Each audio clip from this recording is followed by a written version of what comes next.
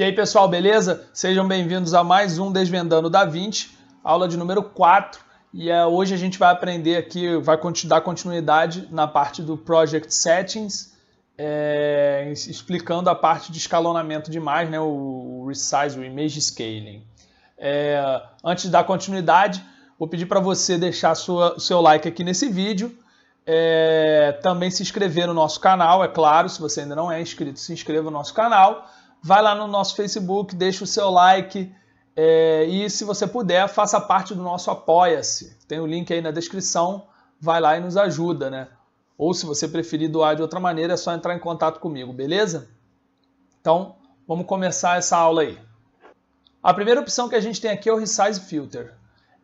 Ele vai definir a qualidade do resize toda vez que você fizer um resize no seu clipe, seja aumentar ele ou diminuir ele.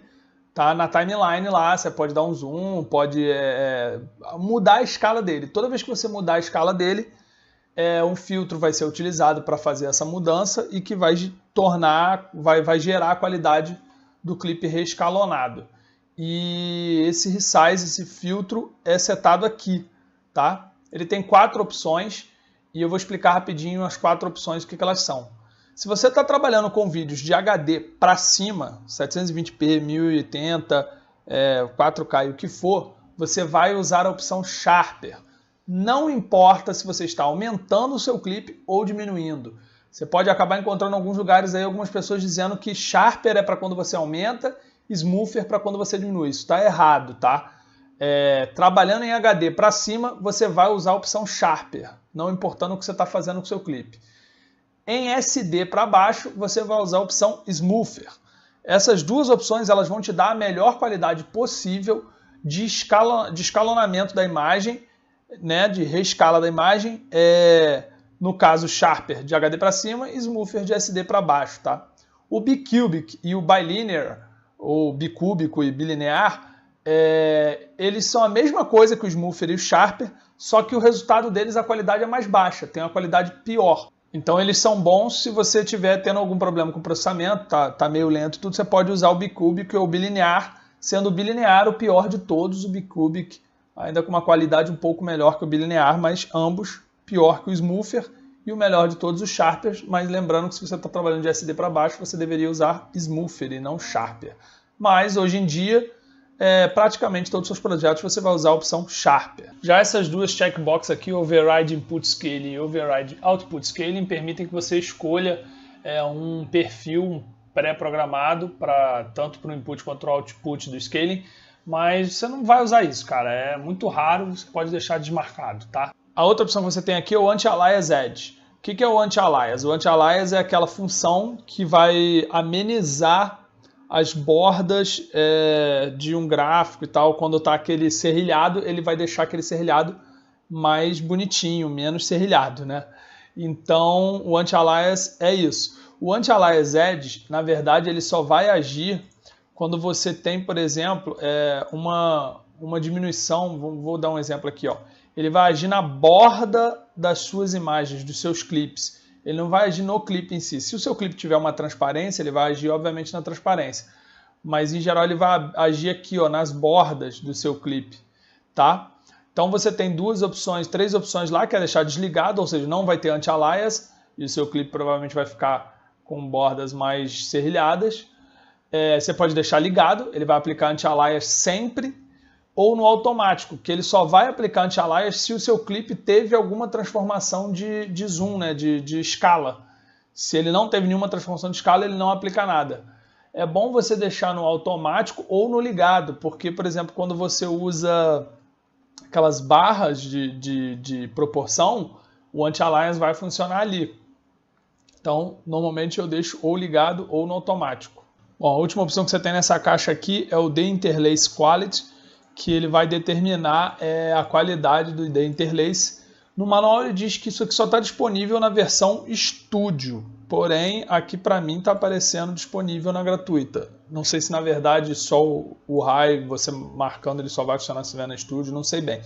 Mas o que acontece aqui ele diz que 99% dos casos, a grande maioria dos casos, você não vai nem notar a diferença entre normal e high, tá? Em alguns poucos casos o high pode fazer a diferença. ou seja, The Interlace vai ser melhor. Normalmente a gente nem usa The Interlace, né? Porque isso é mais quando a gente tem imagens que foram gravadas em Interlace e tudo, e vai passar para progressivo, etc. Mas, no geral, o que acontece aqui é que no High você vai ter um processamento para render muito maior, tá? Só que a qualidade vai ficar melhor também, mas nem sempre vai ficar melhor. Como ele diz lá, a maioria das vezes não vai notar muita diferença entre normal e High. Sendo que o playback, ele sempre acontece em modo normal, tá? O High aqui, mesmo você marcando ele só vai funcionar quando eu estiver fazendo um render. E aí você marcando ali, você tem, independente de você marcar ou não a caixa ali para High, tanto normal como High, você na verdade tem esse controle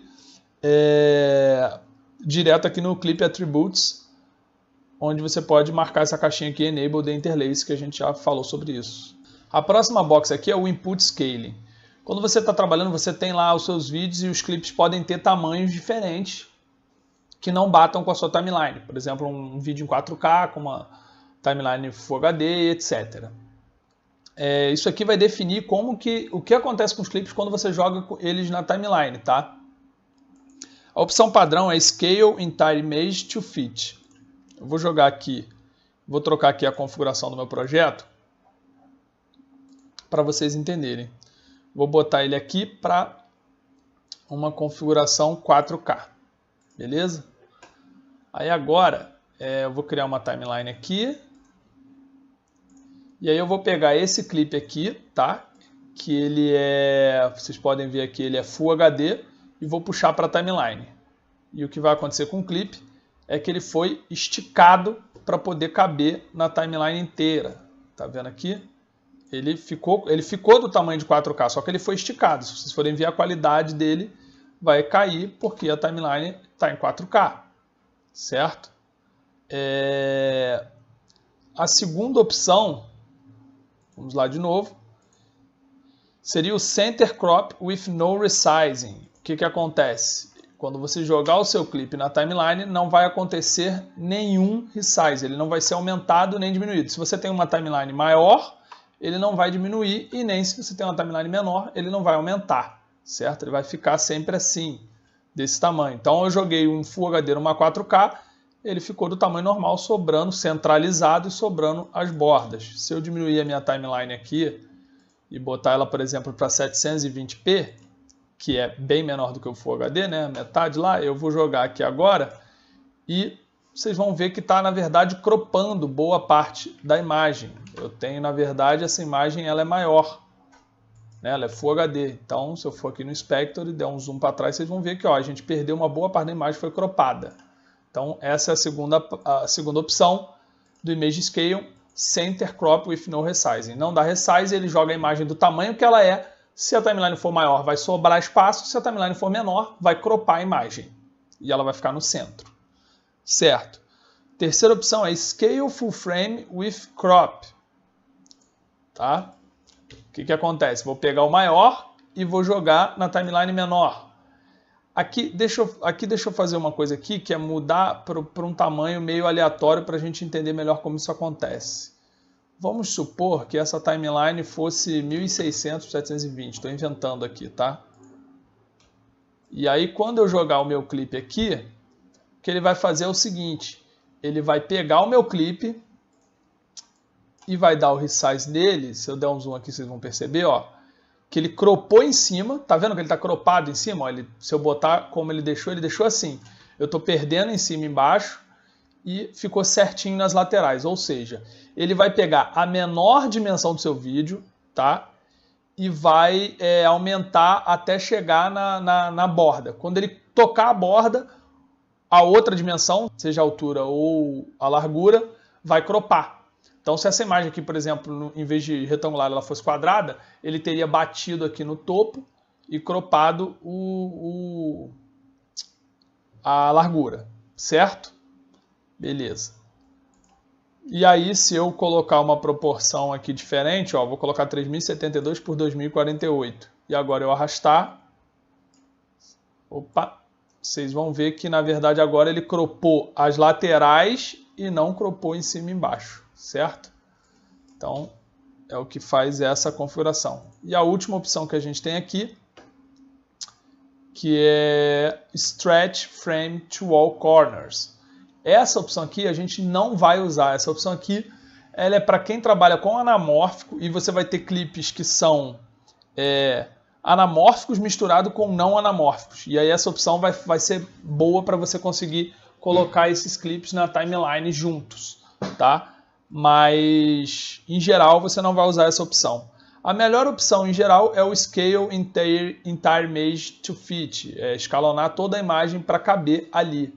Que aí ele pega a menor dimensão, né? Tá vendo aqui? Ele pegou a maior das dimensões que é, menor não, a maior das dimensões que é, no caso 1920, e foi até chegar no máximo e encostar na lateral. Quando encostou na lateral ele para de crescer, sobrou aqui para baixo e para cima, ele sobrou, ele não cropa nada da imagem. Se fosse retangular ele faria o contrário, ele chegaria o máximo que pudesse na altura e sobraria bordas aqui nas laterais, tá? Essa é a melhor opção.